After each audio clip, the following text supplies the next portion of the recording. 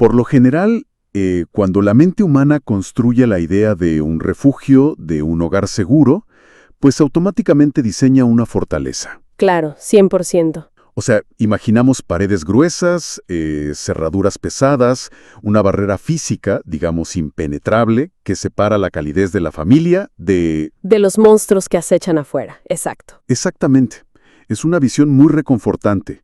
El peligro está afuera, la seguridad está adentro, todo es muy binario. Ujú.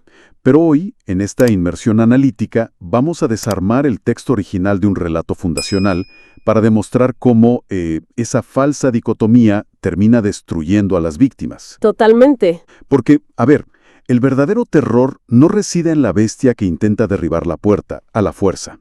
El terror absoluto es la bestia que convence a la presa de que le abra la puerta desde adentro. Ese es precisamente el territorio resbaladizo, complejo y la verdad fascinante en el que vamos a adentrarnos en esta sesión. Así es. Representamos el espacio analítico de Ideas para Escritores, y hoy tenemos el gran privilegio de estar de visita en este maravilloso subcanal, la Biblioteca de las Ideas. Un lugar increíble. Sí, un espacio dedicado a desmenuzar las tuercas y los engranajes de las historias clásicas de la literatura. Mi nombre es Héctor Teoría. Y yo soy Mara Incógnita. Y bueno, hoy nuestra misión trasciende la simple lectura de un cuento. Ujú. Vamos a realizar una especie de, digamos, autopsia narrativa al relato clásico de El lobo y las 7 cabritillas. Exacto. El objetivo central es comprender exactamente cómo esta historia construye el suspenso a través de sus mecanismos internos y que nos revela capa por capa sobre la naturaleza del engaño, la vulnerabilidad y, claro, las estrategias de supervivencia. Para iniciar este análisis, debemos observar detenidamente la escena de apertura, Fundamental. porque es allí donde se establece el contrato con quien lee o escucha la historia. Tenemos a una vieja cabra, la matriarca, que se ve en la necesidad de salir al bosque para buscar alimento. Ajá. Esto la obliga a dejar a sus 7 crías completamente solas en la casa. Sin embargo, no las abandona a su suerte, digamos. No, para nada, les deja reglas clarísimas. Exacto.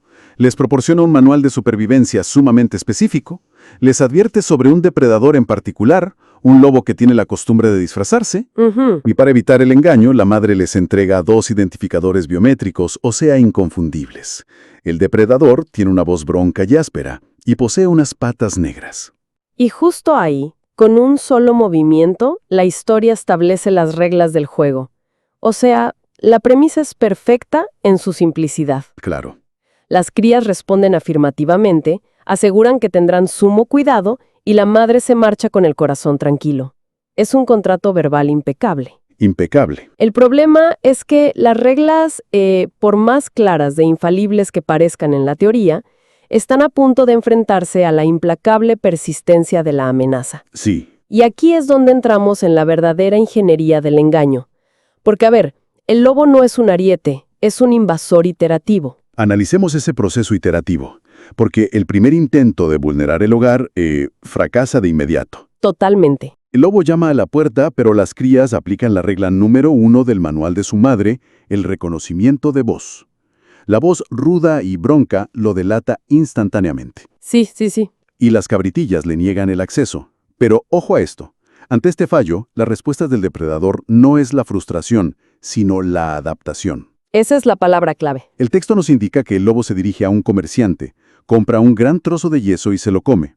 El propósito es suavizar sus cuerdas vocales. Y hay que detenernos en la biología de ese acto porque es muy perturbador. Mucho. O sea, un animal salvaje, carnívoro, ingiere voluntariamente un material inorgánico, una piedra calcárea, para alterar su propia naturaleza. Ujú. El monstruo está dispuesto a violentar su anatomía desde adentro con tal de perfeccionar su máscara. Es que si trasladamos este mecanismo a una analogía moderna, digamos, los intentos del lobo operan bajo la misma lógica que un pirata informático. Ah, me encanta esa conexión. Un hacker intentando vulnerar un sistema de seguridad corporativo o gubernamental.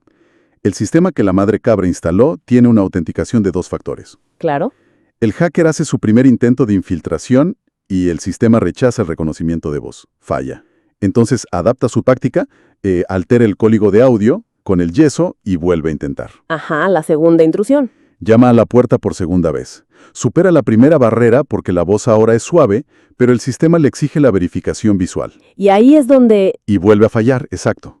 Porque el escáner visual detecta una pata negra asomándose por la ventana. Y el fracaso de esa segunda barrera es lo que desata la fase más oscura del plan. Definitivamente. Al fallar por segunda vez, el depredador comprende una limitación fundamental. No puede alterar toda su anatomía por sí solo. Necesita ayuda. Exacto. Para que el engaño sea total, necesita cómplices. Necesita utilizar herramientas de terceros para enmascarar su huella. Siguiendo la línea de la seguridad informática, el hacker decide vulnerar a los proveedores externos para conseguir las credenciales de acceso. Totalmente. Ya no ataca el sistema central de las cabritillas, sino que realiza ingeniería social. Y la ejecución de esa ingeniería social es implacable. O sea, el lobo corre primero hacia el tanero para obligarlo a untarle la pata con pasta. Ujú. Y luego se dirige al molinero para que la cubra con harina blanca.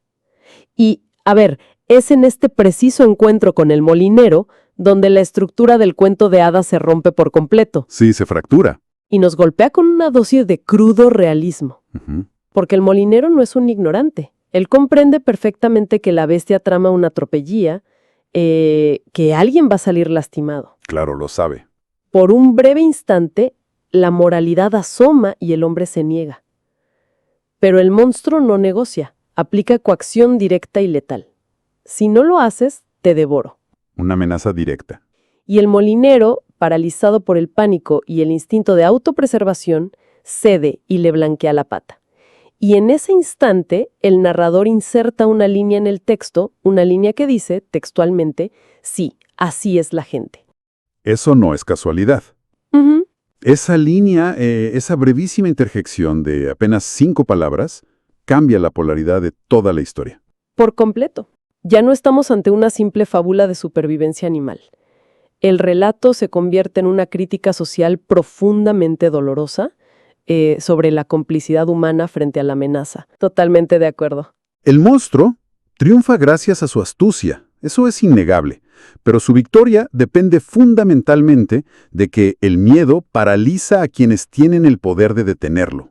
De los espectadores. Exacto. El molinero tenía la capacidad de negarse, de dar la alarma, de frenar la cadena del engaño, pero elige garantizar su propia seguridad inmediata, aún sabiendo que el precio será una tragedia ajena. Podríamos llamarlo el dilema del molinero. Es que es la encarnación de la banalidad del mal operando a plena luz del día. Ujú. O sea, el lobo es el peligro evidente, sí, pero el entorno social que prefiere mirar hacia otro lado, o peor, colaborar bajo presión, resulta ser igual de letal para las víctimas. Definitivamente. Quien diseña sistemas de protección, ya sea en la trama de una novela de espionaje o un protocolo de seguridad corporativa en la vida real, tiene que tomar nota de esto. Sí, Las fortalezas casi nunca caen por la tecnología. Caen cuando el factor humano es coaccionado por el terror. y con esa pata blanqueada, provista por la cobardía de un tercero, el sistema de seguridad de la casa finalmente colapsa.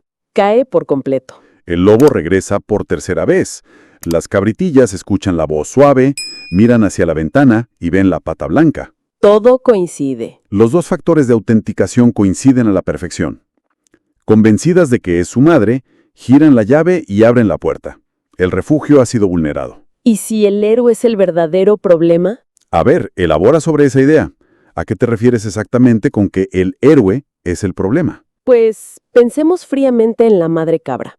Es indiscutible que busca proteger a sus hijas, eso nadie lo niega. Claro, Pero su manual de supervivencia fue letalmente incompleto. Les enseñó con precisión quirúrgica cómo identificar la amenaza desde la comodidad de una puerta cerrada.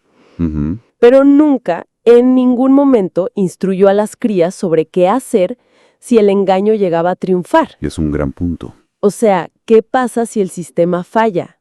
¿Qué pasa si el lobo cruza el umbral? Sí, sí. Al carecer por completo de un protocolo de contingencia, la rigidez de esas dos reglas iniciales dejó a las crías en una indefensión total ante la evolución del depredador. totalmente indefensas. Sabían cómo evitar que entrara, pero ignoraban por completo cómo sobrevivir una vez que el monstruo estuviera, digamos, compartiendo el mismo aire que ellas dentro de la casa. Y lo que hace que esa falta de protocolo sea aún más grave es observar los lugares que eligen para esconderse cuando estalle el caos. Sí. El texto describe la escena con un pánico abrumador. ¡Qué sobresalto, Dios mío! Y qué prisas por esconderse todas. Es caos puro. Es el pánico de quien nunca ha contemplado el peor escenario posible. Y la lista de escondites es sumamente reveladora. Ajá. Una salta debajo de la mesa, otra se mete en la cama, la tercera en el horno, la cuarta en la cocina, la quinta en el armario y la sexta debajo de la fregadera. O sea, todos y cada uno de esos escondites son espacios domésticos y utilitarios. Exactamente. Son los epicentros de la vida cotidiana, lugares destinados a la alimentación, al descanso, a la limpieza. La mesa nutre, la cama reposa, el horno calienta. Claro. Pero la domesticidad, por muy confortable que sea, pues no ofrece ninguna resistencia física ni táctica contra la brutalidad salvaje. Para nada. El lobo no respeta la función de esos muebles. Las encuentra una por una y, movido por una glotonería insaciable, se las traga enteras, sin molestarse siquiera en masticar. Sí, de un solo bocado. Sin embargo, hay una anomalía en este patrón. La séptima cabritilla, la más pequeña, logra sobrevivir. ¿Y dónde decide esconderse? En la caja del reloj. Un objeto que rompe la regla de los demás muebles, por completo. Es el único elemento de toda la vivienda que no posee una función puramente física o de confort, sino abstracta. Ujú. El reloj es la representación y la medida del tiempo. Podríamos interpretar que, en momentos de crisis extrema, cuando el terror profana el espacio más íntimo y todas las herramientas de la cotidianidad fallan, Sí. lo único que realmente puede salvaguardar la vida no es un muro físico, sino el tiempo mismo. Ocultarse en el transcurso del tiempo, esperar, hacerse invisible mientras los segundos avanzan hasta que la furia de la amenaza pase de largo. Y la física de ese escondite funciona. Sí, funciona. O sea, el reloj le otorga el tiempo necesario para sobrevivir al genocidio familiar. Es ella quien, oculta y a salvo, se convierte en la única testigo. Así es. Lo cual nos lleva a la transición más desoladora de la historia. Cuando la madre finalmente regresa del bosque, no encuentra un hogar, encuentra la anatomía de un saqueo. Es que la imagen que dibuja el relato es devastadora antes de pronunciar una sola palabra de diálogo. La puerta de la calle está abierta de par en par, mesas y sillas volcadas. Todo destruido. La jofaina, ese recipiente usado para lavar y purificar, está rota en 1000 pedazos. Las mantas y las almohadas arrancadas de la cama. El texto se detiene en estos objetos rotos porque el verdadero impacto psicológico de una invasión, digamos, no es solo la ausencia de las víctimas, No. sino la destrucción sistemática del orden. El caos salvaje ha destrozado la armonía doméstica. La madre grita los nombres de sus crías, uno tras otro, hasta que una vocecita queda responde desde el reloj. Y tras escuchar el relato de la masacre, la madre no colapsa. Y esto es clave. El luto se transforma en movimiento. Totalmente. Ambas salen al prado y encuentran al invasor. El lobo yace tumbado bajo un árbol, ahito, con el estómago tan lleno que sus ronquidos hacen temblar las ramas de los árboles. Debo admitir que la primera vez que analicé la reacción de la madre en esta escena, me desconcertó profundamente la mecánica de sus decisiones. A ver por qué. Ella se detiene a observar al monstruo dormido y nota que algo se mueve y se agita dentro de esa abultada barriga. Deduce que sus hijas podrían seguir vivas por haber sido engullidas enteras. Ajá. Manda a la pequeña a casa a buscar tijeras, aguja e hilo. Y aquí surge mi genuina confusión, digamos. Dime. ¿Por qué arriesgarse a una operación tan meticulosa, prolongada y físicamente invasiva, al lado de un depredador que podría despertar con el menor roce de la cuchilla? Ya veo a dónde vas. Si el objetivo es neutralizar la amenaza y salvar a las crías, parecería infinitamente más lógico y seguro simplemente clavarle las tijeras directamente en el cuello o en el corazón, acabar con su vida en un segundo y luego abrir el estómago sin riesgo alguno. Comprendo perfectamente tu desconcierto, porque desde un punto de vista puramente táctico, Sí. asesinarlo primero es lo eficiente. Pero la literatura clásica no opera solo con lógica militar, opera con justicia poética y un simbolismo verdaderamente brutal. Justicia poética. si la madre clava la tijera en el cuello del lobo, el monstruo muere en paz, anestesiado por el sueño y su propia glotonería. Claro, no sufre. Exacto. No hay castigo en esa muerte, solo interrupción. Lo que la madre busca no es solo una misión de extracción, es una venganza estructural y, digamos, meticulosamente diseñada. Wow. Exige que el depredador cargue de manera literal y física con el peso inerte de sus propias acciones. El lobo creyó consumir vida para nutrirse, pero la madre lo obliga a llevar la muerte, la esterilidad absoluta de la piedra, dentro de sus entrañas. El contraste en la elección de las herramientas subraya esa venganza. O sea, no envía a la pequeña a buscar un hacha de leñador o un cuchillo de caza. No, para nada. Pide tijeras, aguja e hilo de coser. Exacto. Y esa es la brillantez macabra de la escena. Utiliza el instrumental de costura. Herramientas domésticas. Herramientas que, a lo largo de la historia de la humanidad, están intrínsecamente asociadas al cuidado doméstico, a la creación, a remendar la ropa para proteger a la familia del frío.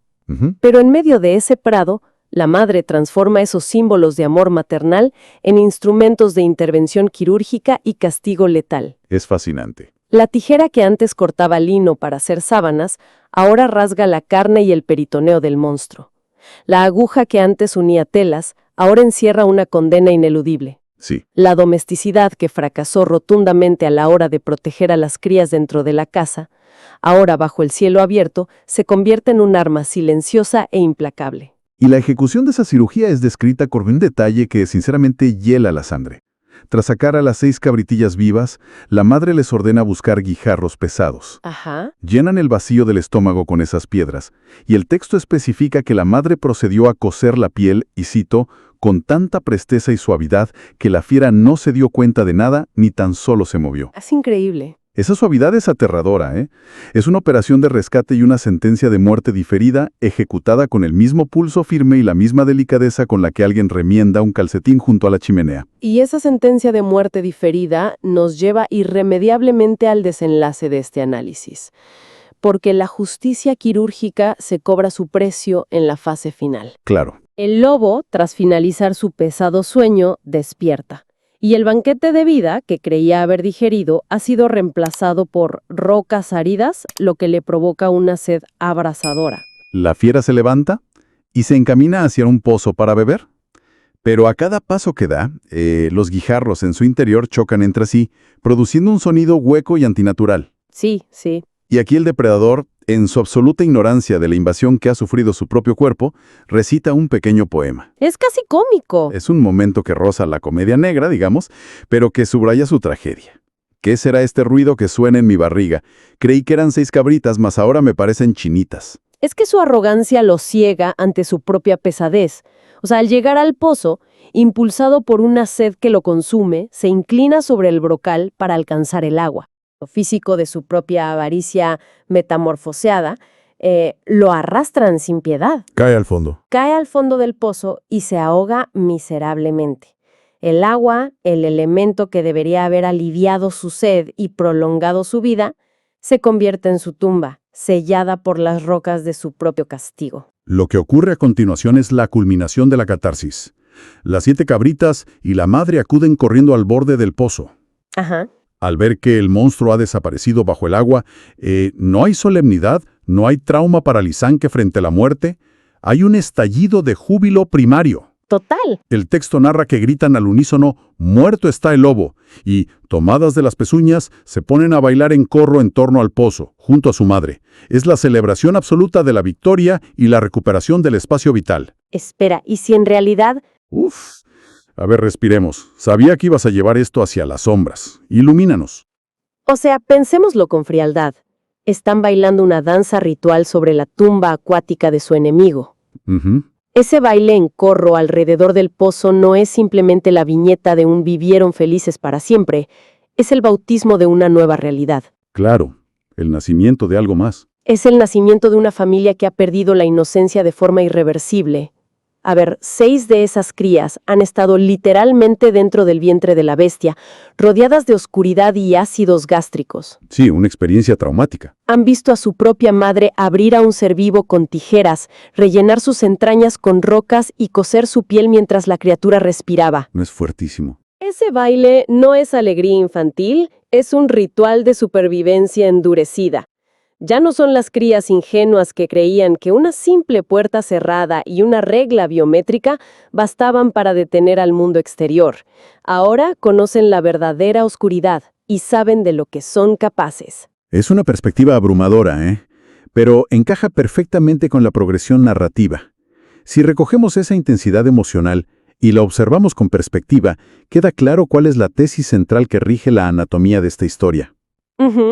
La verdadera supervivencia en este relato no dependió de la inocencia, ni de seguir dogmáticamente unas reglas básicas de seguridad. Requirió, en última instancia, que la víctima, la madre, adoptara una crueldad calculada, fría y superior a la del propio monstruo. Totalmente. El lobo actuó impulsado por su naturaleza, por instinto y pura glotonería salvaje. La madre, en cambio, actuó con premeditación absoluta, operando con herramientas domésticas transformadas en armamento. Sí. Y diseñando una venganza para que fuera lenta, pesada e ineludible. Para vencer a la bestia tuvo que operar con una precisión emocional y quirúrgica aún más temible que la fuerza bruta del invasor. Y las crías, al girar en ese baile circular, aceptan esa nueva doctrina. Comprenden que el mundo exterior jamás será seguro, que las puertas de papel siempre pueden ceder ante el engaño. Claro. Pero ahora poseen el conocimiento más peligroso de todos. Saben cómo devolver el golpe y saben cómo hacerlo desde adentro. Lo cual nos obliga a mirar hacia nuestra propia realidad, hacia las fortalezas que intentamos erigir en nuestra vida diaria, ya sea en el ámbito corporativo, en la crianza o en la seguridad personal. Así es. Resulta fascinante y a la vez aterrador reflexionar sobre la eficacia de nuestras propias estrategias de contingencia. ¿Hasta qué punto las advertencias que recibimos o transmitimos, esos manuales de reglas inquebrantables, realmente nos preparan para el peligro real? ¿O será que, al igual que las cabritillas, solo nos estamos entrenando para identificar un disfraz predecible, dejándonos completamente ciegos e indefensos cuando la amenaza aprende a imitar a la perfección la voz de aquello en lo que más confiamos? Es una gran pregunta. Es un pensamiento para llevarse, para diseccionar cuando miremos la cerradura de nuestra propia puerta. Una interrogante que sin duda alguna resuena mucho más allá de la tinta y el papel de esta historia clásica. Crítica de la narrativa, les recordamos que si desean vivir la experiencia original, pueden escuchar el cuento completo narrado en este mismo canal, La Biblioteca de las Ideas. Totalmente recomendado. Y además de esta pieza, encontrarán una colección invaluable de otras historias clásicas de la literatura. Así es.